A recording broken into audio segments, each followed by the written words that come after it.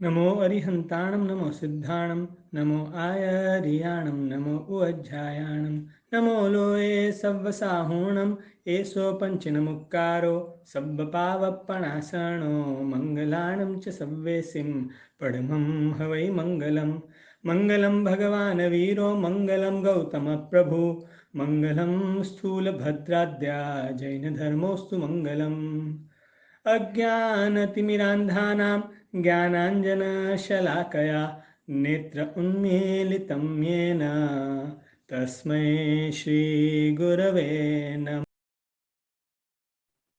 सबको प्रणाम।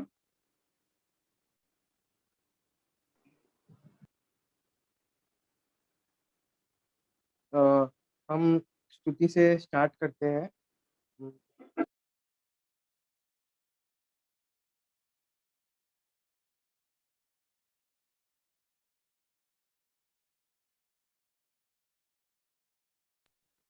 सब लोग हाथ जोड़िए। हे प्रभु आनंद दाता ज्ञान हमको दीजिए, शीघ्र सारे अवगुणों को दूर हमसे कीजिए। लीजिए हमको शरण में, हम सदाचारी बने, ब्रह्मचारी धर्म रक्षक वीर व्रतधारी बने। प्रेम से हम गुरुजनों की नित्य ही सेवा करें, धैर्य सत्य बोले झूठ त्यागे, मेल आपस में रखे। निंदा किसी की हम किसी से भूल कर भी ना करे, धैर्य बुद्धि मन लगा कर वीर गुण गाया करे। प्रणाम आशा बहन। प्रणाम। स्वाध्याय की शुरुआत करते हैं। नमो अरिहंताणं नमो सिद्धाणं नमो आयर्याणं नमो उवत्सायाणं नमो लोए सव्वसाहूणं एसो पंच नमुक्कारो सव्व पावप्पणासनो मंगलाणं च सव्वेसिं पडमं हवै मंगलम। हम कर रहे हैं हमारी जैन परंपरा के 2 प्रतिक्रमण के सूत्र के अर्थ, जिसमें हमारा लोगस्य सूत्र तक अर्थ हो चुका है। लोगस्य सूत्र का थोड़ा जो और भी हम एक्स्ट्रा इसमें जानना चाहिए हमको या जान सकते हैं, ऐसी भी कुछ बातें हैं जो आज हम करेंगे। लोगस सूत्र का दूसरा नाम है नाम स्तव। स्तव माने जिसमें जिसका प्रशंसा की गई हो या स्तवना की गई हो, वंदन किया गया हो, ऐसी जो कोई रचना हो तो उसको स्तव बोलते हैं। और यहाँ पे ये सूत्र में परमात्मा के नाम लेकर के स्तवना हो रही है, इसलिए ये सूत्र का दूसरा नाम नाम स्तव भी है। और दूसरी बात ये कि जैसे मैंने हमारा जब अर्थ चल रहा था तब भी बताया था कि ये सूत्र की दूसरी, तीसरी और चौथी गाथा, ये 3 गाथा जो है वो हर एक अवसर्पिणी उत्सर्पिणी में उस समय में होने वाले 24 तीर्थंकरों भगवान के नाम से ये 3 गाथा रहेगी। बाकी की पहली और उसके बाद की गाथा जो है वो सब शाश्वत है, ये एज इट इज ही रहेगा।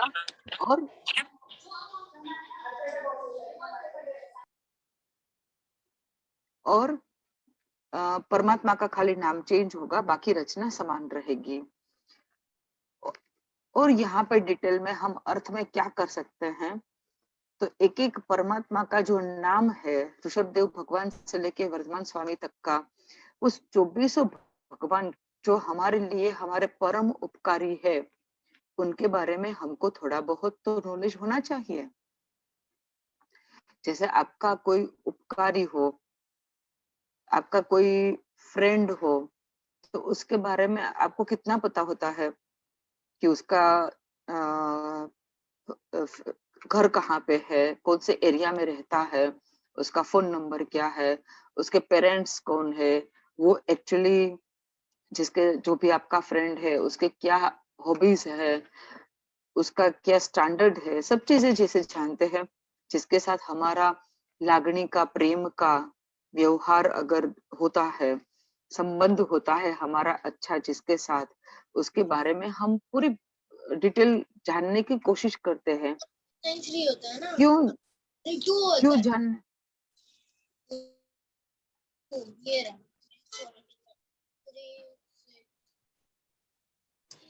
चाहिए एडवेंचर शॉर्टकट चाहिए। Please mute everyone.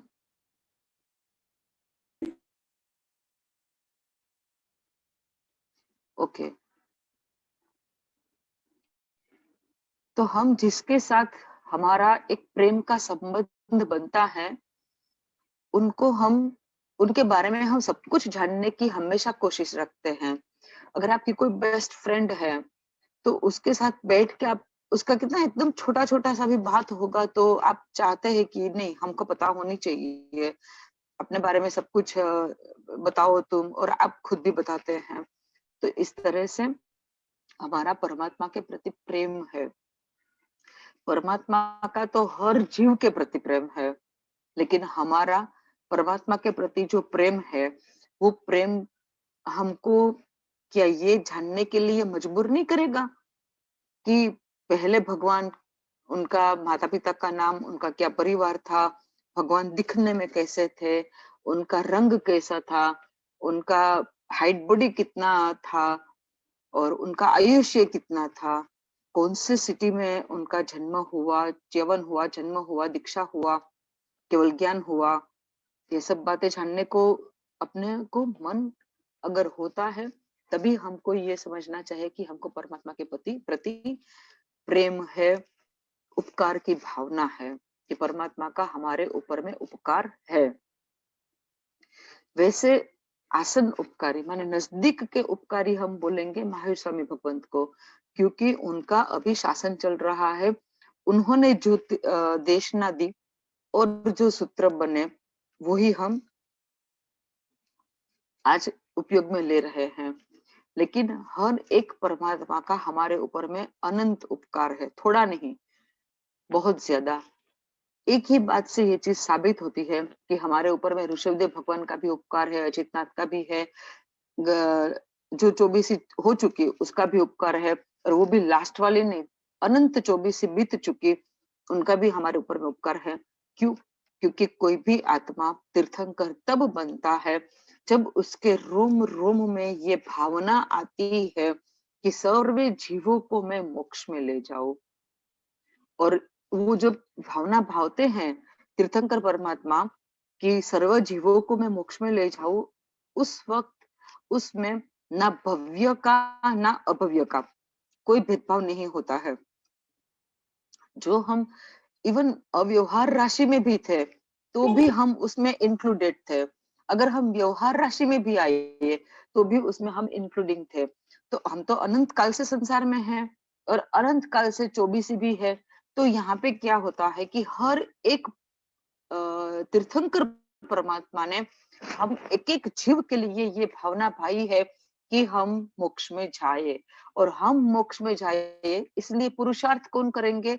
वो खुद, ऐसी उन्होंने भावना पाई है, जबकि वो पॉसिबल नहीं है। हमको मोक्ष में जाने के लिए पुरुषार्थ तो हमको ही करना है, लेकिन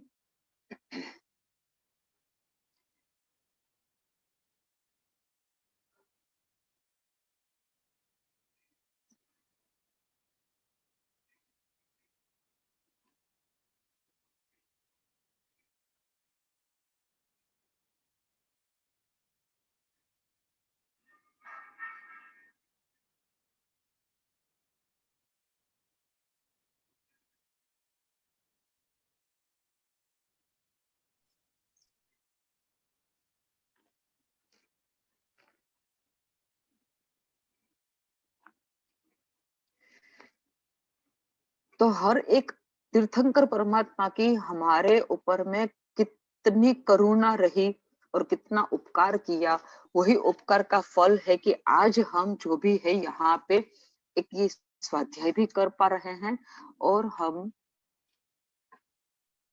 अपने जीवन को सुधारने की भी कोशिश कर सकते हैं और हम आगे जाके मोक्ष में भी जा सकते हैं, तो वो सिर्फ और सिर्फ ये अरिहंत परमात्मा के उपकार की वजह से। तो हमको ऐसे हमारे परम उपकारी परमात्मा के बारे में कुछ जानना चाहिए। लोगस सूत्र का किसी भी बुक में अर्थ अगर दिया होगा तो 24 भगवान का जो माता पिता का नाम बताया जाता है अर्थ में, और उनका लांछन, उनके शरीर का वर्ण, उनका देहमान माने हाइट बॉडी कितना था वो, और उनका ये नाम क्यों रखा गया, ये बातें बताई जाती हैं। तो हम चाहते हैं कि हम सब भी ये जाने, एटलीस्ट एक बार हमारे कान में ये आना चाहिए। आई होप कि सबको 24 भगवान के नाम तो आते ही होंगे, लेकिन हम लोगों को 24 भगवान 4 या 5 भगवान के होंगे, लांछन भी सबका नहीं आता होगा। तो आज हम जानने का आज हम शुरू करते हैं कि पहले भगवान से कि उनका क्या क्या हमको एटलीस्ट शॉर्ट में भी जानना चाहिए। तो सबसे पहले रहते हैं ऋषभदेव भगवान को। अब जब ऋषभदेव भगवान कब हुए वो भी मैं बताना चाहूंगी। आप सब जानते हैं कि एक अवसर पीढ़ी में 6 आरे होते हैं, उत्सर पीढ़ी में भी 6 आरे होते हैं। ये अवसर पीढ़ी काल चल रहा है। अवसर पीढ़ी काल में क्या होता है, सब कुछ ना घटता जाता है।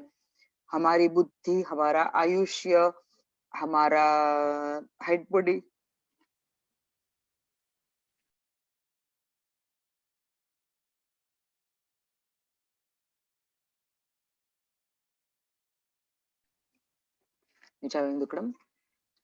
अवसर पीढ़ी काल में सब कुछ घटता जाता है।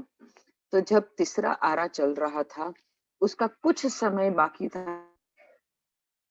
तब ऋषभदेव भगवान का जीवन हुआ। नाभि कुलकर और मरुदेवा माता नाम का जो युगलिक था, उनके कुक्षी में, मरुदेवा की कुक्षी में ऋषभदेव और उनके सुनंदा या सुमंगला में भी 2 में से एक है, जो मुझे हर बार कंफ्यूज करता है, इनका युगलिक के रूप में जन्म हुआ। वो जो प्लेस था वो प्लेस का नाम था विनीता नगरी।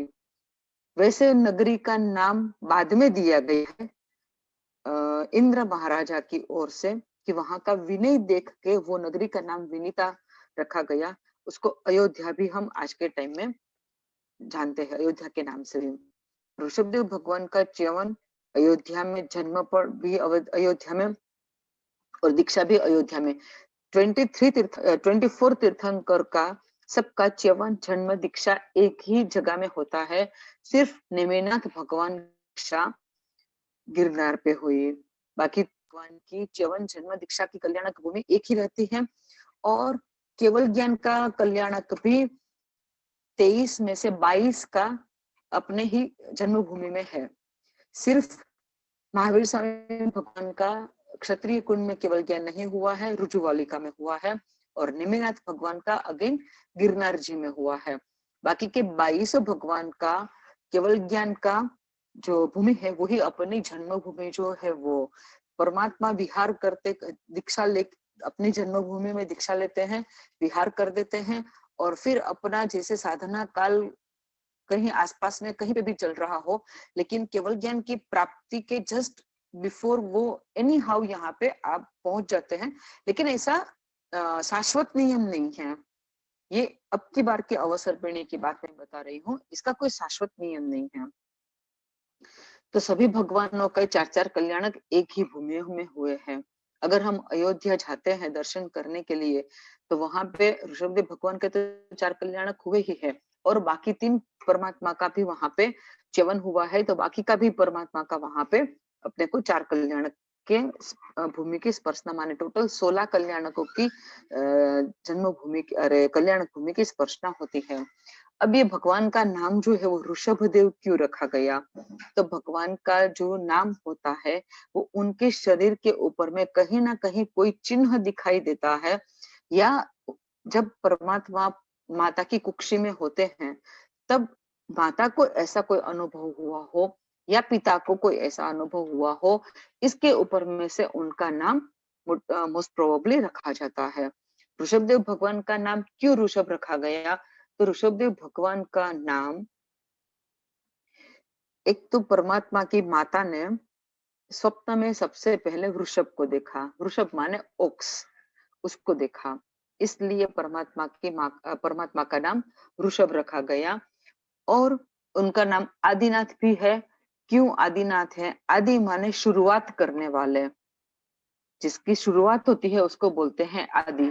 तो ऋषभदेव परमात्मा जो है, उन्होंने सब प्रकार के धर्म की शुरुआत की, लौकिक धर्म और अलौकिक धर्म दोनों की शुरुआत। सबसे पहले राजा ऋषभदेव भगवान, सबसे पहले साधु ऋषभदेव भगवान, सबसे पहले केवल ज्ञानी ऋषभदेव भगवान, और सबसे पहले तीर्थंकर भी ऋषभदेव भगवान। तो इस तरह से, और सबसे पहले लोगों में न्याय, नीति, सब प्रकार के व्यवहार, स्त्री की 64 कला, पुरुष की 72 कला, ये सब कुछ सिखाने वाले जो थे वो थे ऋषभदेव भगवान, और इसलिए उनका दूसरा नाम आदिनाथ भी है। ये दो कारण है कि परमात्मा का यहाँ पे दो नाम बताया गया है। अब ऋषभदेव भगवान का हाइट बॉडी जो बोलते हैं वो कितना था? तो उनकी काया जो थी वो 500 धनुष्य की काया थी। वो समय था तीसरा आर्य का, जहाँ पे एक्सट्रीम लेवल की हाइट होती है, एक्सट्रीम लेवल का आयुष्य होता है। तो यहाँ पे ऋषभदेव भगवान की काया कितनी बड़ी थी, कितनी लंबी थी? तो 500 धनुष्य की काया। अब धनुष्य किसको बोलते हैं? आप सब जो बो होता है उसको जानते हैं, जिसमें जैसे सीरियल वगैरह में भी दिखाते हैं, राम जैसे धनुष्य को एकदम पणच खींच के, वो जो रस्सी लगी हुई रहती है उसको पूरा खींच के एकदम जो रखते हैं, तो वो जितना डिस्टेंस होता है उसको एक धनुष कहा जाता है। और वैसे हाथ से अगर हम डिस्टेंस मापना चाहे, तो हमारा एक हाथ ऐसे फोल्ड किया हो और दूसरा हाथ पूरा लंबा किया हुआ हो, तो हमारी ये कोनी से लेके दूसरा हाथ लंबा पूरा हो, उतना जो होता है उसको, उतने माप को बोलते हैं एक धनुष्य। हम लोग अंदाज से कैलकुलेशन किया था तो 2000 फुट के जितना करीब होता है ये टोटल। 500 मतलब एक धनुष माने 4 फुट जितना होता है, और तो 500 धनुष होने से 2000 फुट जितना ऊंचा होता है। तो 2000 फुट ऊंची अप्रोक्सीमेटली शास्त्र के हिसाब से 500 धनुष्य की काया, हमारी समझ के लिए 2000 फुट की काया, वो उतनी लंबी काया थी परमात्मा की। और उस वक्त ऐसा नहीं है कि परमात्मा इतने लंबे थे और बाकी सब हम लोग के जितने हाइट वाले थे, नहीं। परमात्मा, परमात्मा की पत्नी, परमात्मा के पुत्र, ये सब 500 मतलब 500 या 499, 498, 497 इस तरह के ही धनुष्य की हाइट वाले थे। वो समय ही था कि उसमें हाइट बॉडी सब उत्कृष्ट लेवल में चला जाता है, मतलब एक्सट्रीमली ऊपर होता है, उत्कृष्ट नहीं होता है। उत्कृष्ट माने सबसे बड़ा, वो उनके माता पिता का था। उनकी हाइट जो थी मरुदेवा माता और नाभि राजा की, वो 3 गांव की हाइट थी उनकी। 3 गांव माने 6 माइल, माने मोस्टली 4.5 किलोमीटर जितना ऊंचा। इतनी 4 किलोमीटर या 4.5 किलोमीटर के करीब होती है। तो इस तरह से ऋषभदेव भगवान की हाइट थी 500 धनुष्य की। उनका रंग कैसा था, स्किन का रंग कैसा था? तो जैसा स्किन का रंग था, उसमें से गोल्डन कलर की आभा निकलती थी। होता है ना, किसी का बॉडी देखते हैं, शरीर देखते हैं, तो किसी का एकदम गेहूं के जैसी दिखती है उनकी आभा, किसी की ब्लैक होती है, किसी की एकदम गोर होती है, किसी की गोर में भी पिंकिश होती है, रेडिश होती है। तो इस तरह से जो आभा निकलती है, इसके ऊपर में से उसका वर्ण कहा जाता है शरीर का, स्किन का कलर। तो वो ऋषभदेव भगवान का गोल्डन कलर था। जो गोल्ड होता है, उसका जिस तरह का, उसमें से जो रेज निकलते हैं, उस प्रकार के, उस कलर के रेस जो है वो ऋषभदेव भगवान की काया से निकलते थे, इसलिए उनका वर्ण कैसा था? गोल्डन कलर था। इनका आयुष्य कितना था? 84 लाख पूर्व का इनका आयुष्य था। पूर्व माने एक संख्या का नाम है, जैसे लाख नाम है, करोड़ नाम है, अरब नाम है, खरब नाम है संख्या का। इस तरह से पूर्व भी संख्या का नाम है। ये कभी मैं अगर किसी को इंटरेस्ट हो तो ये एक पूर्व में कितने वर्ष आते हैं वो मैं बताऊंगी। और ऐसे एक पूर्व जैसे आपने बोलेंगे कि एक शतक तो उसमें 100 वर्ष आते हैं, एक सहस्त्र उसमें 1000 ईयर आते हैं, 1 लाख में 10,000, 10 सहस्त्र तो 10,000 वर्ष आते हैं। इस तरह से एक पूर्व में 70567 या ऐसे कुछ अबज वर्ष आते हैं उसमें, एक पूर्व में। ऐसे कितने पूर्व का परमात्मा का आयुष्य था? तो 84 लाख पूर्व का आयुष्य था। ये बात को इस तरह से समझ पाते हैं।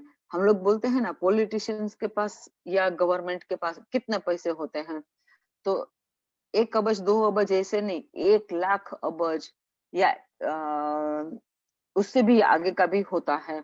तो वहां पे हम खाली एक के आगे जीरो बढ़ाते जाते हैं, इसमें 84 के आगे जीरो बढ़ते जाएगा। इतना 84 लाख पूर्व का ऋषभदेव परमात्मा का आयुष्य था। अब परमात्मा ने दीक्षा कब ली? तो परमात्मा ने दीक्षा ली 83 लाख पूर्व कंप्लीट हुए संसार में। उसके बाद परमात्मा का जब 1 लाख पूर्व आयुष्य बाकी था, तब ऋषभदेव भगवान ने दीक्षा ली। अब ऋषभदेव भगवान ने जब दीक्षा ली तो उसके बाद कितने समय में उनको केवल ज्ञान हुआ?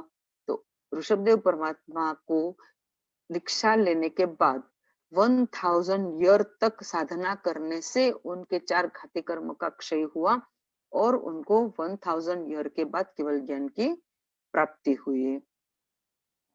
केवल ज्ञान की प्राप्ति हुई, उसके बाद उनका जितना आयुष्य था वो कंप्लीट किया और उनका निर्वाण हुआ अष्टापद पर्वत पर। वो वहां पे पहुंचे और उन्होंने 6 डेज का अनशन किया और अनशन करने के बाद उनका 6 डेज में उनका निर्वाण हुआ। ये ऋषभदेव भगवान की एकदम मैंने ऊपर से खाली एकदम शॉर्ट में झलक बताई।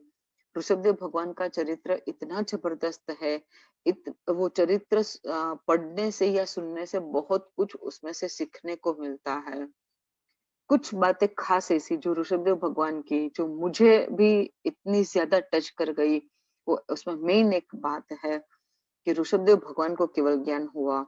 अब जब ऋषभदेव भगवान ने दीक्षा ले ली तो विहार करके चले गए और उनकी माता जो है मरुदेही माता, उनको इतना उनका वियोग लगा, इतना दुख हुआ अपने बेटे ने दीक्षा ले ली तो वो रोते ही रहे। और ऋषभदेव भगवान का अपना जो पुत्र था भरत महाराजा चक्रवर्ती था, इसलिए उसका ही सब कुछ चलता था पूरे 6 खंड के ऊपर में। तो मरुदेवी माता उसको बार बार कहती है कि तू तो चक्रवर्ती है, तू जा, तेरा पिता कहाँ है, मेरा बेटा कहाँ है, तू चेक कर, अपने आदमियों को भेज। वो जंगल में होगा, वन में होगा, गर्मी में होगा, धूप में होगा, बारिश में होगा, ठंड में होगा, क्या क्या सहन कर रहा होगा, तू जा और मैं उसका खबर लेके आ। और हर बार भरत महाराजा उनको आश्वासन देते थे कि उन्होंने लोक कल्याण के लिए, भव्य जीवों के कल्याण के लिए दीक्षा ली है, उसमें बीच में इस तरह से उलझाना सही नहीं है। आपका बेटा खुश में है, सुखी में है, लेकिन रो रो के मरुदेवा माता का ये हाल हुआ था कि उनके जो आंखें हैं, उसकी जो दृष्टि थी वो चली गई। 1000 साल तक रोई मरुदेवा माता। अब यहाँ पे जैसे ही केवल ज्ञान हुआ तो अयोध्या नगरी का बाहर का जो उद्यान था, वन था, उसी में ही परमात्मा पहुंचे थे और उनको केवल ज्ञान हुआ। तो तुरंत भरत महाराजा को समाचार मिला कि हमारे बाहर के उद्यान में ऋषभदेव भगवान पधारे हैं, आपके पिता तीर्थंकर परमात्मा पधारे हैं और उनको केवल ज्ञान हुआ है, समवसरण की रचना की गई है। अब उस वक्त भरत महाराजा मरुदेवा माता को बोलते हैं, उनकी दादी होती है मरुदेवा माता, कि चलो आज तक आप मेरे को हमेशा सुनाती रहती थी कि मेरा बेटा दुख में है, गरीब की तरह रह रहा है, ना खाने का ठिकाना, ना पीने का ठिकाना, खुले पैर चलता है, ठंड सहन करता है, गर्मी सहन करता है, सब कुछ सहन करता है और मैं उसकी देखभाल नहीं करती हूँ। तो दादी आज तू चल और तेरे बेटे की आज तू रिद्धि सिद्धि को देख। और वो मरुदेवा माता को लेके निकलते हैं। हाथी पर बिठाए हुए हैं दादी को और आगे खुद बैठे हैं। हाथी के ऊपर में अंबाड़ी बनाई, उसमें दादी को बिठाया और वही हाथी के ऊपर में आगे में भरत महाराजा खुद बैठे। और जैसे ही समवसरण से थोड़े से दूर पहुंचे थे, तब भरत महाराजा बोलते हैं कि देखो दादी, देखो तुम्हारे आपके बेटे का समृद्धि देखो। आप मेरे को टोना वोना मार रही थी ना, बोल रही थी ना, आप उसका समृद्धि देखिए। और परमात्मा की रिद्धि सिद्धि तो जबरदस्त होती है। 34 अतिशय समवस्त्रण, इतना सुंदर, चांदी के गढ़, रत्न के गढ़, चांदी के गढ़, सोने के कांगरे, सोने का गढ़, रत्न के कांगरे, सुवर्णमय सिंहासन, इतना चामर ढल रहा है, छत्र है तीनों। मतलब अरिहंत परमात्मा का 8 महाप्रातिहार्य, 34 अतिशय, 64 इंद्र वहां पे। बोलने के लिए 64 हैं इंद्र गिनती के लिए, लेकिन एक्चुअली इंद्र असंख्यात हैं।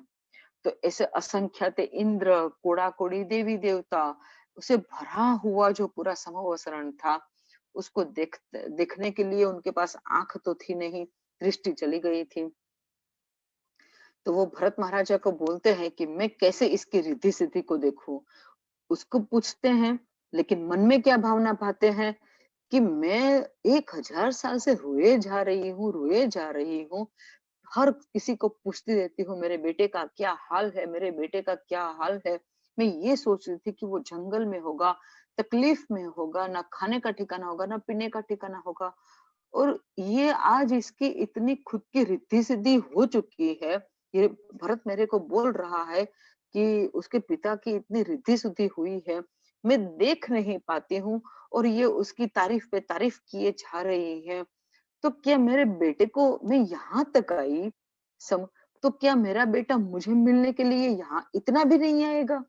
उनको तीर्थंकर परमात्मा का जो रूल्स एंड रेगुलेशंस फॉलो करने का होता है, वो मरुदेवा माता को नहीं पता है। इसलिए वो ये सोचती है कि क्या मेरा बेटा वहां से उठ के भी, अपने सिंहासन पर से उठ के भी मेरे को मिलने के लिए भी नहीं आ सकता है।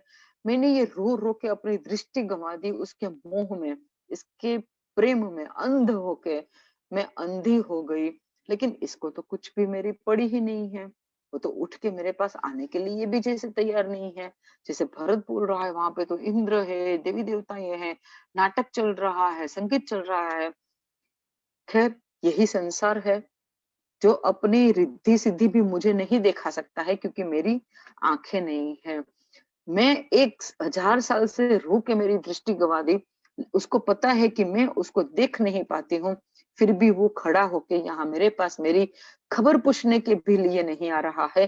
1000 ईयर तक मैं पूछती रही, मेरा ऋषभ कहाँ है, मेरा ऋषभ कहाँ है, वो किस हाल में है। और ये तो एक बार भी मेरी खबर पूछने के लिए नहीं आया। सच में संसार पूरा स्वार्थी है, कोई किसी का नहीं है। सब स्वार्थ से ही एक दूसरे के साथ रिलेशन निभाते हैं, बनाते हैं, तोड़ते हैं। कर्म से ही बनता है। अंत में तो मैं अकेला ही हूँ। माने कि मेरी आत्मा जो है वो अकेली है। मेरी आत्मा का ना कोई माँ है, ना कोई पिता है, ना कोई भाई है, ना कोई बहन है। सब मोह माया है। और ऐसी मोह माया रख के मैंने क्या उखाड़ लिया। उल्टा मैंने तो दृष्टि भी गंवा दी, और मेरे बेटे को तो कुछ भी पड़ी नहीं है। ये सोचते सोचते, ऐसा बहुत कुछ सोचते सोचते, विद इन 40 मिनट वो हाथी की अंबाड़ी के ऊपर में बैठे हुए हैं। अभी उसको दृष्टि नहीं मिली है। और जैसे ही कैसी परमात्मा ने कैसे जबरदस्त भक्ति की यहाँ पे ऋषभदेव परमात्मा ने अपने माँ की, कि अभी 1000 साल की साधना करने के बाद, जैसे महावीर स्वामी भगवान ने 12.5 साल लगा केवल ज्ञान को प्राप्ति करने में, भयंकर उपसर्गों को सहन किया महावीर स्वामी भगवान ने। तो 1000 कहाँ 12.5 साल का समय, और कहाँ 1000 साल का समय। लेकिन फिर भी मैं यहाँ पे एक आड बात कर लेती हूँ कि 12.5 साल में परमात्मा महावीर स्वामी भगवंत ने जितने कष्ट सहन किए, जितने उपसर्गों को सहन किया, जो एक्सट्रीम लेवल का फिजिकल तकलीफ है जो दी गई महावीर स्वामी भगवान को, उतनी पूरी की पूरी जो 12.5 साल में तकलीफें सहन की, एक एक साइड वो रखते हैं। और एक साइड ऋषभदेव भगवान को जो 1000 साल लगा वो, और बाकी के 22 से 22 भगवंत को दीक्षा लेने के बाद केवल ज्ञान होते होते जितना समय लगा और जितनी साधना करनी पड़ी, वो सब माने फर्स्ट से लेके 23rd परमात्मा तक की सभी की साधना, और समय भी तो बहुत लंबा आ गया उसमें। 1000 ईयर तो सीधा आदेश्वर भगवान का ही है, और बाकी का भी सबका ज्यादा ही है, कम नहीं है, लेकिन 1000 नहीं है, उससे कम है। एक साल, एक साथ, एक पल्ले में 1 से 23 भगवंत का ये जो छद्मस्थ काल बोला जाता है वो, और वो जो छद्मस्थ काल में साधना की गई वो रखो, और एक पल्ले में परमात्मा श्री महावीर स्वामी भगवान की 12.5 साल, बहुत छोटा समय और हमारे लिए बहुत बड़ा, लेकिन ये 1 से 23 परमात्मा का जो छद्मस्थ काल है उसके सामने में ये छोटा काल, और उनकी साधना रखे हैं, उनके उपसर्ग रखे हैं। महावीर स्वामी भगवंत की साधना का पल्लू तराजू नीचे जाएगा। ये लेवल की साधना महावीर स्वामी भगवंत को करनी पड़ी थी केवल ज्ञान को प्राप्त करने के लिए, हम लोगों के जैसे को उपदेश देने के लिए, हमको तारने के लिए। कि यहाँ पे बीच में मैंने महावीर स्वामी की बात बताई, ऋषभदेव परमात्मा की बात पे वापिस आते हैं। अब ऋषभदेव परमात्मा को जो केवल ज्ञान हुआ, वो वहां से उठ के नहीं आए माँ को देखने के लिए, ना उन्होंने वहां से माँ को मैसेज भेजा कि माँ मैं ठीक हूँ, अभी आ रहा हूँ आपके पास, या फिर आप आओ, ऐसा कोई मैसेज नहीं भेजा। क्या भेजा? सीधा सीधा जो 1000 साल की साधना करने के बाद जो खुद को केवल ज्ञान की प्राप्ति हुई थी, ऐसे ही भाव मरुदेवा माता के हृदय में उत्पन्न हुए कि उनको भी वहां केवल ज्ञान की प्राप्ति भी हो गई, उनकी दृष्टि भी खुल गई, और उनका उसी वक्त निर्वाण भी हो, मतलब आयुष्य भी कंप्लीट हो गया। तो उनका आयुष्य तो निश्चित था कि ये समय में उनका आयुष्य कंप्लीट होना ही है, मृत्यु उनका उस वक्त का निश्चित था। लेकिन परमात्मा की कृपा देखिए, माँ के प्रति उनकी भक्ति देखिए कि जिस समय में उनका आयुष्य कंप्लीट होने वाला था, उससे जस्ट पहले उन्होंने उनको केवल ज्ञान की प्राप्ति करा दी। पुरुषार्थ मरुदेवा माता का था, आत्मचिंतन का पुरुषार्थ कुछ नहीं किया है उन्होंने। अभी तो परमात्मा ने कहा शासन स्थापना भी नहीं की है, तीर्थ की स्थापना भी नहीं हुई है, उपदेश का एक शब्द भी नहीं बोला है ऋषभदेव परमात्मा ने, और बिना उपदेश के ऐसा क्या किया होगा परमात्मा ने, और ऐसा कैसा चिंतन किया होगा मरुदेवा माता ने कि बिना धर्म जाने, बिना धर्म पहचाने, बिना अरिहंत परमात्मा को देख के खाली आत्मचिंतन ऐसा हुआ कि मैं और मेरी आत्मा ही हूँ, और अब मुझे मेरी आत्मा से ही लेना देना है, ना मुझे अब ऋषभ चाहिए, ना मुझे ये भरत चाहिए, कोई नहीं चाहिए, सिर्फ और सिर्फ मेरी आत्मा। और ये चिंतन कैसा जबरदस्त हुआ होगा, किसकी कृपा से हुआ होगा? वो परमात्मा की कृपा से, वो उनका समवसरण का प्रभाव, उनके 34 अतिशय का प्रभाव, उनके 8 महाप्रातिहार्य का प्रभाव, और परमात्मा की माता के प्रति जो उत्कृष्ट लेवल की जो भक्ति कहते हैं, ये उसका प्रभाव था कि मरुदेवा माता परमात्मा से भी पहले, तीर्थ की स्थापना भी होने से पहले मोक्ष में चले गए। और यहाँ पे कवि कल्पना भी करते हैं कि अपने बेटे की जैसे मोक्ष जो है उसके बहुत सारी उपमाएं दी गई है कि वो शिव सुंदरी है। एक्चुअली क्या है, संसार जो है पूरा का पूरा सुंदरता के पीछे भागता है। हर कोई जो है वो सुंदरता के, सबको सब कुछ सुंदर ही चाहिए, किसी को कुछ भी असुंदर नहीं चाहिए, बेड लुक किसी को भी नहीं चाहिए, कुरूपता किसी को भी नहीं चाहिए, सब कोई सुंदरता के पीछे भाग रहे हैं। अब ऑब्जर्व करेंगे अपने आप को, खुद को भी, सब कोई सुंदरता से भाग रहे हैं। तो ये सुंदरता के पीछे भागोगे तो सुंदरता मिलेगी, ठीक है ना? तो ऐसे सुंदरता बताई केवल ज्ञान के द्वारा हमको अरिहंत परमात्माओं ने कि सब तुम आपको सुंदर चाहिए, सबसे सर्वश्रेष्ठ सुंदर इस विश्व में क्या है? मुक्ति। उस और वो हमेशा के लिए है, शाश्वत ये है। तो ये मोक्ष को सुंदरी का एक नाम दिया गया। अब उसके आगे में जैसे शिव, शिव माने आत्मा, सिर्फ आत्मा उसको बोलते हैं शिव या जीव। तो जो जहाँ पे सिर्फ आत्मा बसी हुई है, जहाँ पे सिर्फ आत्मा रहती है और आत्मा खुद इतनी सुंदर है, तो इसलिए ये मोक्ष को नाम दिया गया। मोक्ष माने मुक्ति, उसको नाम दिया गया शिव सुंदरी। तो यहाँ पे कवि ये कल्पना करते हैं कि जैसे मरुदेवा माता ने, ऋषभदेव भगवान भी ने क्या चीज के लिए सब इतनी मेहनत की, शिव सुंदरी को पामने के लिए। शिव सुंदरी के साथ जैसे हमको शाश्वत समय के लिए रहना है, इसलिए तो शिव सुंदरी के साथ जैसे कि ऋषभदेव भगवान का विवाह होने वाला हो, लग्न होने वाला हो, उनके साथ ही उनके लिए ही उसका प्रेम है। माता के लिए प्रेम कहाँ था, भरत के लिए प्रेम कहाँ था, सब कुछ को तो छोड़ के खाली शिव सुंदरी को पाने के लिए ऋषभदेव भगवान ने संसार का त्याग कर दिया था।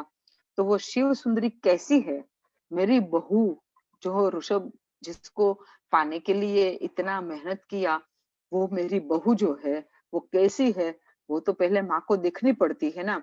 माँ को दिखाए बिना तो लड़का शादी कैसे कर सकता है। तो यहाँ पे ऐसी कल्पना की जाती है कि मरुदेवा माता जैसे कि अपने पुत्र वधू का मुंह देखने के लिए पहले मोक्ष में चली गई और बाद में ऋषभदेव भगवान मोक्ष में जाएंगे। तो इतनी सुंदर ये उनका जीवन चरित्र है ऋषभदेव भगवान का, बहुत कुछ है, बहुत कुछ। और मेरे ख्याल से परम पूज्य कलिकाल सर्वज्ञ श्री हेमचंद्राचार्य जी रचित त्रिषष्ठी शला का पुरुष जो ग्रंथ है 4 पार्ट में, उसका अगर आप लोग करोगे अध्ययन, इंग्लिश इंग्लिश में भी शायद अवेलेबल है वो, तो उसमें से बहुत कुछ जानने को मिलेगा। उसमें स्टोरीज थोड़ी एक में से दूसरी, दूसरे में से तीसरी ऐसी स्टोरी आ जाती है, क्योंकि वो बताना ही पड़ता है। ऐसे केवल ज्ञान होता है, जाति स्मरण ज्ञान होता है, भाव पूछते हैं, जैसे केवल ज्ञान की भगवान के सामने में पूछते हैं। अगर हम पूछेंगे कि परमात्मा मेरे साथ ऐसा क्यों हुआ, मैं ऐसा क्यों हूँ, तो परमात्मा केवल भगवान जो होंगे वो मेरे पिछले जन्मों को बताएंगे। अब उसमें एक में से दूसरा, दूसरा में से तीसरा, ऐसे स्टोरीज आती है। तो ये है त्रिसृष्टि शला का पुरुष में, लेकिन उसमें सभी परमात्मा का बहुत ही सुंदर तरीके से वर्णन किया गया है। और यहाँ पे कलिकाल सर्वज्ञ भगवान का नाम आया है ना, तो उनकी भी मातृभक्ति में बताती हूँ। जबकि ये हम ऋषभदेव भगवान की मातृभक्ति देखी कि उनको केवल ज्ञान समर्पित कर दिया जैसे, और मोक्ष में पहुंचा दिया अपनी माता को।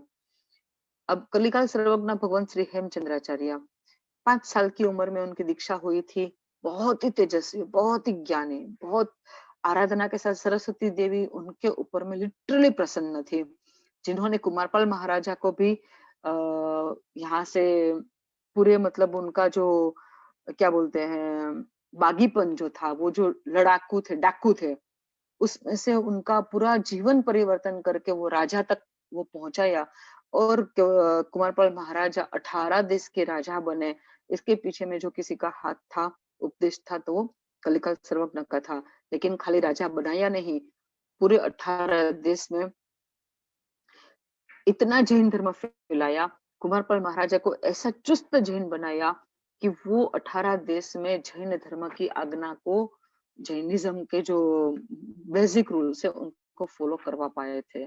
ऐसे कलिकाल सर्वज्ञ श्री हेमचंद्राचार्य 5 साल की उम्र में दीक्षा, और आगे जाके उनकी जब वो इतने आगे निकल चुके थे आचार्य के रूप में कि उनका ज्ञान इतना जबरदस्त था कि उनको इसलिए ये बिरुद मिला है उनको, कलिकाल सर्वज्ञ।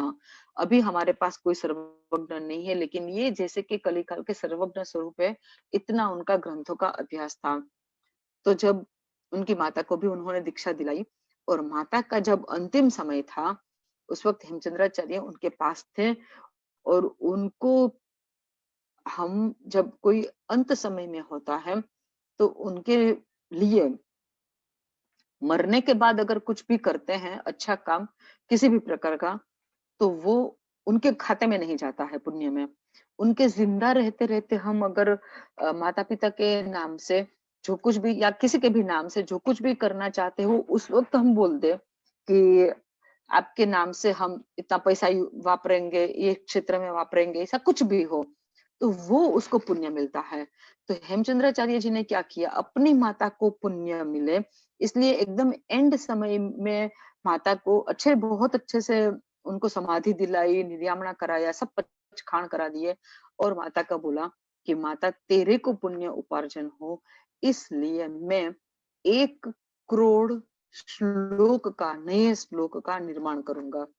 माने 1 करोड़ न्यू श्लोक संस्कृत में उनका उन्होंने उपार्जन करने का वादा अपने माँ साध्वी जी भगवंत को दिया और उसके बाद साध्वी जी भगवंत का कालधर्म हुआ और कलिकाल सर्वज्ञ भगवंत ने जो 1 करोड़ श्लोक बनाने का वचन दिया था अपनी माता को, वो बनाना शुरू किया और उसमें ये जो त्रिषष्ठी शलाका पुरुष ग्रंथ का जो मैंने अभी नाम लिया था कि जिसमें 24 भगवान के चरित्र है, उनके भी कुछ 65,000 श्लोक उसमें है। ये जो 1 करोड़ श्लोक नए बनाए उसमें जो पूरा ओरिजिनल जो है कलिकाल सर्वज्ञ का रचित संस्कृत श्लोक में वो 65,000 श्लोक प्रमाण है। तो इस तरह से मातृभक्ति होती है। हम लोगों को भी कहा गया है, तीर्थंकर परमात्मा देशना में कहते हैं, 2 जन का उपकार हम कभी नहीं चुका सकते, एक माता पिता का और दूसरा जिसकी वजह से हमको सम्यक्त्व की प्राप्ति होती है। जो गुरु भगवंत या कोई भी संसारी व्यक्ति हो या गुरु भगवंत हो, जिनकी वजह से हमको सम्यक्त्व की प्राप्ति होती है, उसका भी उपकार हम कभी भी नहीं भुला सकते हैं। अब माता पिता समकीर्तिका या माता पिता का, हमको जो सम्यक्त्व दिलाने वाले हैं उनका या हमारे माता पिता का, दोनों का हम किस तरह से उपकार चुका सकते हैं, ऋण को अदा कर सकते हैं, सिर्फ और सिर्फ एक ही तरीके से हम उनका ऋण अदा कर सकते हैं, माता पिता को धर्म में जोड़े। माता पिता के खाते में बैंक बैलेंस बढ़ाना माता पिता की भक्ति है व्यवहारिक रूप से, लेकिन निश्चय रूप से माता पिता के पुण्य का खाता हम स्ट्रॉन्ग करें, उनके आत्मा का कल्याण जिसमें हो ऐसी प्रवृत्ति हम उनसे करवाए। बात समझ में आ रही है? माता पिता को हम इस तरह से रिटायरमेंट करा के उनको दिरासर है, सामायिक है, पौषध है, पाठशाला है, ज्ञान की प्रवृत्ति हो, व्यावच की प्रवृत्ति हो, उनकी जैसी फिजिकल कैपेसिटी हो, उस हिसाब से उनको वो सब कुछ करने की सुविधा हम दे सके, जिनसे वो कर्मों की निर्जरा भी कर सके और पुण्य का अनुबंध भी कर सके। जो तीर्थंकर होते हैं वो तो अपने माता पिता को मोक्ष में पहुंचाने के लिए समर्थ होते हैं। 8 परमात्मा के माता मोक्ष में है, 8 परमात्मा के माता जो है वो ऊंचे वाले देवलोक में है और 8 परमात्मा की माता जो है वो इससे एक नीचे देवलोक में है। टोटल 24 परमात्मा की माता और पिता सब जो होते हैं वो मोक्ष में जरूर अवश्य जाएंगे। जैसे माता साईं भगवान की हाजिरी में ही देवानंदा और ऋषभ दत्त को तो परमात्मा ने दीक्षा दिला के उनका इस तरह से साधना कराया कि केवल ज्ञान भी हुआ और मोक्ष में भी चले गए। जिसको भी ये स्तवन आता होगा 27 भव का स्तवन, उनमें लास्ट ढाल में आता है कि संयम दई शिव मोकल्यारे देवानंदा ऋषभ दत्त प्यारा, भगवती सूत्र अधिकार, भगवती सूत्र में ये बताया गया है। तो हमारी ये ऋषभदेव भगवान के चरित्र के ऊपर में से हम ये सीखना चाहेंगे कि हमको हमारे माता पिता के प्रति ऋण कैसे अदा करना है। आपके सबके जो एज में हो वो एज के हिसाब से उनको धार्मिक प्रवृत्तियों में जोड़िए। देखिए हमारे माता पिता का ऐसा है कि उनका काफी लाइफ जो है वो काम करने में गया है। उनको जितना समय धर्म आराधना करना अच्छा लगता हो और जितना समय उनको देना हो वो नहीं दे पाए थे। हम लोगों का जन्म हुआ, हम लोगों को बड़ा किया, पिताजी ने सबका पालन पोषण किया, हमारे स्कूल फीस वगैरह सब कुछ, हमारे सब प्रकार के खर्चे को उठाने के लिए उन्होंने कमाने में अपनी लाइफ इतनी सारी गुजार दी और माता ने घर के काम वगैरह हमारा ध्यान रखना, हमारा पालन पोषण करना, उसमें अपनी लाइफ काफी पसार कर दी। अब हमको ये, हम जो इस एज में है, अभी जितने भी आप लोग सुन रहे हो, जिसकी जो एज है, जितना हो सके उतना माता पिता को आप धर्म में जोड़ो। देखो आप घूमने ले जाओगे उसमें और भी उनको पाप लगेगा। आप यात्रा करने ले जाओ, हमारे जैन शासन के जो 7 क्षेत्र है, वो सातों क्षेत्रों में उनके नाम से, चाहे उनके नाम से आप दर्शन करो। सातों क्षेत्रों में, अनुकंपा में, जीव दया में, माता और पिता के नाम से डोनेशन। माता और पिता जिंदा है तब तक, उनके चले जाने के बाद जितना भी साधना करेंगे, आराधना करेंगे या डोनेशन करेंगे, खुद के खाते में आएगा, माता पिता के खाते में नहीं जाता है, वो खाली ऋणानुबंध होता है।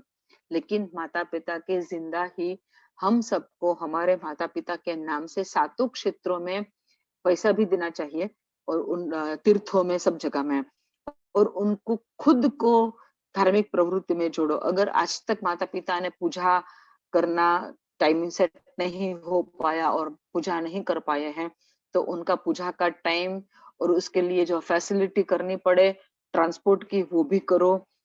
नॉर्मल पूजा करते हो अब तक, तो अष्ट प्रकारी पूजा में उनको जोड़ो। अगर वो सामयिक ही खाली करते थे तो उनको प्रतिक्रमण में भी जोड़ो। रात्रि भोजन का त्याग अगर वो कर सके, उनकी फिजिकल कैपेसिटी सही हो, तो वो उनको रात्रि भोजन के त्याग में आप जोड़ो, खुद भी करो और उनको भी जोड़ो। अगर कंदमूल का भक्षण चल रहा है घर में, तो समझ के कंदमूल का भक्षण भी बंद कराओ। और अगर आप माता पिता ना खाते हो लेकिन आप खाते हो और आपके लिए बनाना पड़े, तो आप खुद भी छोड़ो, ताकि उनको वो पाप करने से आप बचा पाओ। तो माता पिता को जो भी मतलब पाप प्रवृत्ति उनके जीवन में अभी भी अगर चालू हो, उसको आप छुड़वाने का कोशिश करो। मेरा एक क्लास चलता है, उसमें मैंने बताया था ये कि आप अगर अच्छे बेटे हो, अच्छे बेटे और अच्छी बेटी हो, आपको विश्वास हो और आपको ये भी पता हो कि आप माता पिता को कभी भी दुख नहीं दोगे, तो जिनके पेरेंट्स एकदम लाइफ के एंड स्टेज में आ चुके हैं, समझो 80 प्लस है या 90 प्लस है, तो अब उनका एक अप्रोक्सीमेटली, सबके माता पिता लंबा आयुष्य जिए, यही मेरी हमेशा शुभेच्छा रहेगी। लेकिन प्रैक्टिकली अगर हम सोचेंगे, तो समझो कि 10 या 15 साल का अब आयुष्य बाकी हो, और आपको पूरा विश्वास है अपने ऊपर में कि आप कभी भी माता पिता को धोखा नहीं दोगे किसी भी हाल में, तो ही खाली उनके नाम में अगर कोई ऐसी प्रॉपर्टी हो, तो वो अब आप प्रॉपर्टी को इनकैश करके वो पैसे उनके नाम में घर में रखो, बैंक में भी नहीं।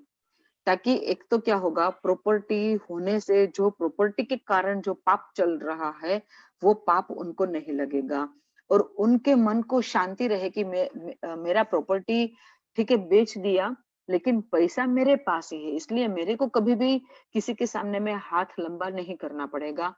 तो पैसा उड़ गया, क्योंकि बैंक में पैसा डालोगे तो वापिस बैंक जिसको भी लोन देगी, और वहां पे जो पाप चलेगा वापिस उनका भी भागीदार बनना पड़ेगा। तो आप जितने तरीके से पेरेंट्स को धर्म में जोड़ सकते हो, उतना आप कोशिश करो।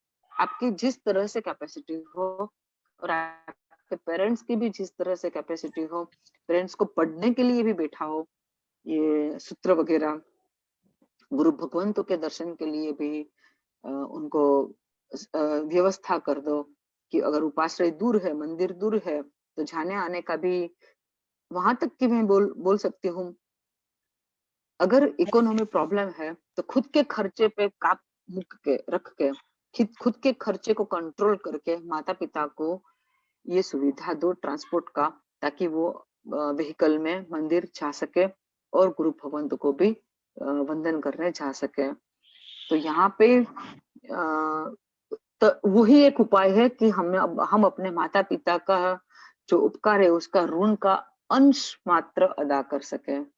अंश मात्र, उन्होंने जितना किया है उतना करने का तो हमारा कोई कैपेसिटी ही नहीं है।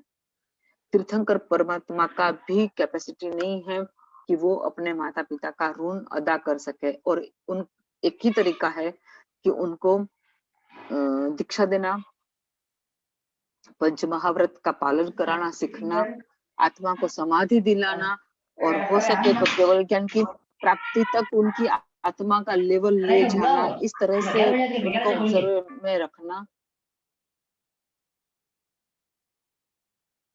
इस तरह का उनको ऑब्जर्व में रख के, जैसे महावीर स्वामी भगवान ने देवानंद और ऋषभ दत्त को दीक्षा दी, उसके बाद उनसे वो अलग नहीं हुए कि उनको और कहीं विहार करके भेज दिया और खुद अलग, ऐसे नहीं, हमेशा अपनी नजर के सामने में रखा, ताकि उनकी हर एक प्रवृत्ति के ऊपर में एक परमात्मा की वॉच हो और एक माध्यम भी बने परमात्मा की, उनकी कृपा से, इनके प्रभाव से। होता है ना, परमात्मा के जहाँ परमात्मा विचरते हैं वहां पे एक योजन तक सब शांति होती है, कोई उपद्रव नहीं होता है, अतिवृष्टि अनावृष्टि नहीं होती है। तो अरिहंत पर आरहंत्य का जो अतिशय है वो भी इफेक्ट करता है केवल ज्ञान की प्राप्ति करने में। तो सब अनुकूल संजोगों मिलने से क्या होता है, आत्मा की प्रगति अच्छी होती है। तो वो सब अनुकूल संजोग परमात्मा ने बना के रखा माता पिता के साथ। तो महावीर स्वामी भगवान के जो फर्स्ट माता पिता थे, ऋषभ दत्त और देवानंदा, दोनों को परमात्मा ने मोक्ष में भेज दिया। तो इस तरह से हमको भी हमारे माता पिता को धर्म के मार्ग में छोड़ना है।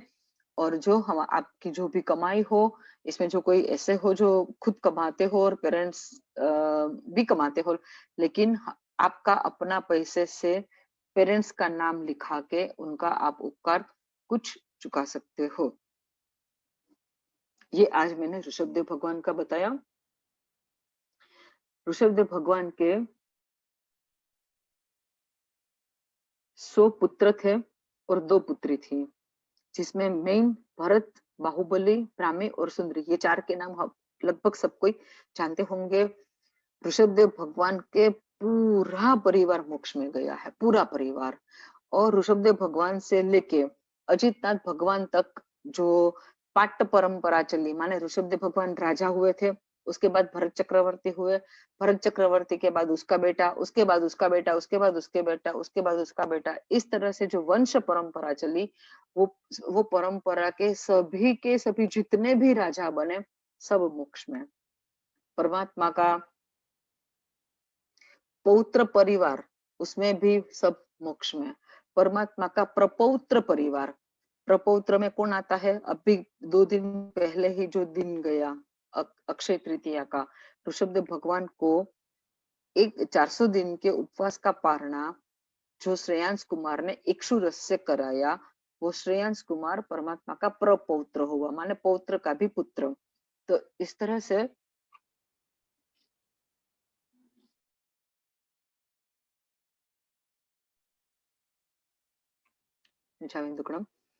इस तरह से परमात्मा का पूरा परिवार मोक्ष में है। जो भी परमात्मा से ब्लड रिलेशन से रिलेटेड होता है, माता पिता भाई बहन, ये सब मोक्ष में जाएंगे ही। लेकिन माता पिता उसी भव में अथवा तीसरे भव में मोक्ष में चले जाते हैं। भाई और बहन का वो भव में भी हो सकता है, और नहीं तो 3-5 ऐसे भव में भी मोक्ष हो जाता है। परमात्मा का जीवन हम जितना जानेंगे उतना हमारे ऊपर में एक बहुत ही पॉजिटिव इफेक्ट आएगा, क्योंकि वहां पे ऐसा नहीं है कि सब कुछ रेडीमेड आ गया है। कोई भी तीर्थंकर परमात्मा को ऐसे ही केवल ज्ञान नहीं हो जाता है, उनको भी पुरुषार्थ करना पड़ता है, साधना करनी पड़ती है, उपसर्गों को सहन करना पड़ता है। ये सबसे बड़ा मोरल है हमारे लिए कि हमको भी सब कुछ ऐसे ही नहीं मिल जाएगा।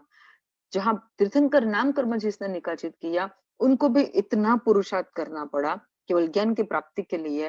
तो हम क्या चीज है, हमको कितना पुरुषार्थ करना होगा हमारे आत्मा के कल्याण के लिए। तो हम सबको हमारी लाइफ में से जितने बिन जरूरी पाप है उनको हटाना है, एकदम से बिन जरूरी पाप, ऐसे पापों को हटाना है। और जो कंपलसरी करना ही पड़ता है पाप, उसको भी हम हृदय में दुख के साथ करेंगे, ताकि हमारे जो कर्म बंधे वो इतने चिकने कर्म ना बंधे, इजीली हम भुगत ले और हमको पता ना चले, इस तरह से हमारे कर्मों की स्थिति रहे। इसके लिए परमात्मा का जीवन चरित्र थोड़ा थोड़ा जानना हमको जरूरी लगा, इसलिए मैंने आज ये ऋषभदेव परमात्मा का बताया। अगर आप लोगों को लगे कि हाँ लोगस सूत्र में हमको 24 भगवान का शॉर्ट में, ऋषभदेव भगवान का खाली थोड़ा लंबा हुआ और आगे नेमिनाथ का, पार्श्वनाथ का, महास्वामी का उनका थोड़ा ज्यादा आएगा और शांतिनाथ का, बाकी सब परमात्मा का बहुत ही कम आएगा। तो अगर आप लोगों को इंटरेस्ट हो तो ही मैं 24 भगवान की बात करूंगी, नहीं तो फिर हम लोग आगे वाला सूत्र कर्मी भंते सूत्र लेंगे। सब सब रिप्लाई कीजिएगा ग्रुप में, क्योंकि एक दो को इच्छा हो और बाकी सबको ना इच्छा हो तो ऐसा नहीं करना है। और किसी का अभ्यास भी आगे तो भी नहीं, हम किसी को आगे अभ्यास भी बढ़ाना हो तो भी हमको कोई प्रॉब्लम नहीं है, जैसे आप लोग को सबको ठीक लगे वैसे। चिन्नाग्ना विरुद्ध कुछ भी कहा गया हो तो त्रिविधे त्रिविधे मिच्छामि दुक्कडम। सबको प्रणाम, सब शांता में रहिएगा, सर्वे जीवो मोक्षे जाओ, ऐसी शुभ भावना के साथ शुभ मंगल रात्रि। प्रणाम। सर्वथा सहु सुखी थाओ, पाप ना कोई आचरो, राग द्वेष ति मुक्त थईने, मोक्ष सुख सहु जगवरो। सर्व मंगल मांगल्यम सर्व कल्याण कारणम, प्रधानम सर्वधर्माणां जैनं जयति शासनम्।